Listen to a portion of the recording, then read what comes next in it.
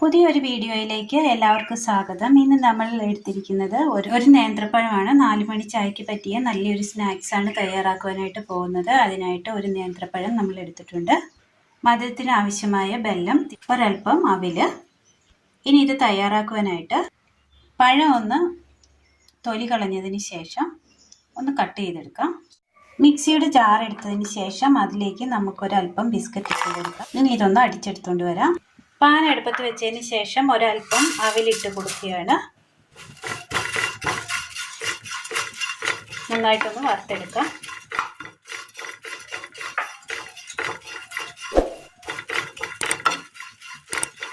ഒരുപാടൊന്നും വേണ്ട, ഒരൽപ്പം എടുത്താൽ മതി. അവിലൊന്ന് നന്നായിട്ടൊന്ന് വറന്ന് വന്നിട്ടുണ്ട്. അവിൽ വറുത്തെടുത്തിട്ടുണ്ട്. ഇതൊരു പാത്രത്തിലേക്ക് മാറ്റി കൊടുക്കാം. പാൻ എടുത്തതിന് ശേഷം അതിലേക്ക് ഒരൽപ്പം എണ്ണ ഒഴിച്ചു കൊടുക്കാം.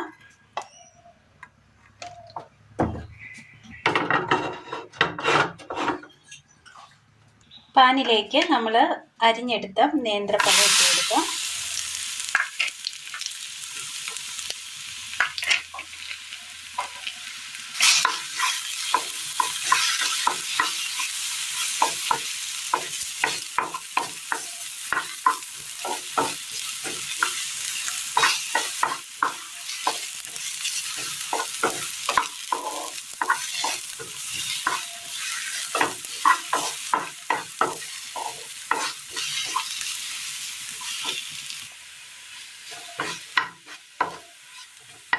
പഴം ഒന്ന് കളർ മാറി ഒന്ന് വാടി വന്നിട്ടുണ്ട്. ഈ സമയം നമുക്ക് ഇതിനകത്തേക്ക് വെല്ലം ഇട്ട് കൊടുക്കാം. ചെരിയെടുത്ത വെല്ലം.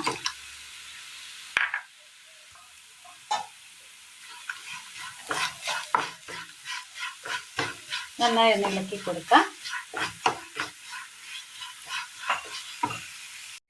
ആ പഴത്തിലേക്ക് വെല്ലമൊക്കെ ഒന്ന് ഉരുക്കി നന്നായി ഒന്ന് പിടിച്ചിട്ടുണ്ട്. ഈ സമയം നമുക്ക് ഇതിനകത്തേക്ക് ഒരു 2 ഏലക്ക കുരു ചതച്ചതാണ്. ഇനി ഇതിലേക്ക് നമ്മൾ പൊടിച്ചെടുത്ത ബിസ്ക്കറ്റിൻ്റെ പൊടി ഇട്ട് കൊടുക്കാം.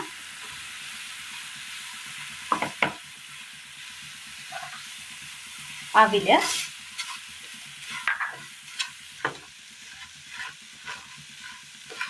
നന്നായി ഒന്ന് ഇളക്കി മിക്സ് ചെയ്തെടുക്കണം.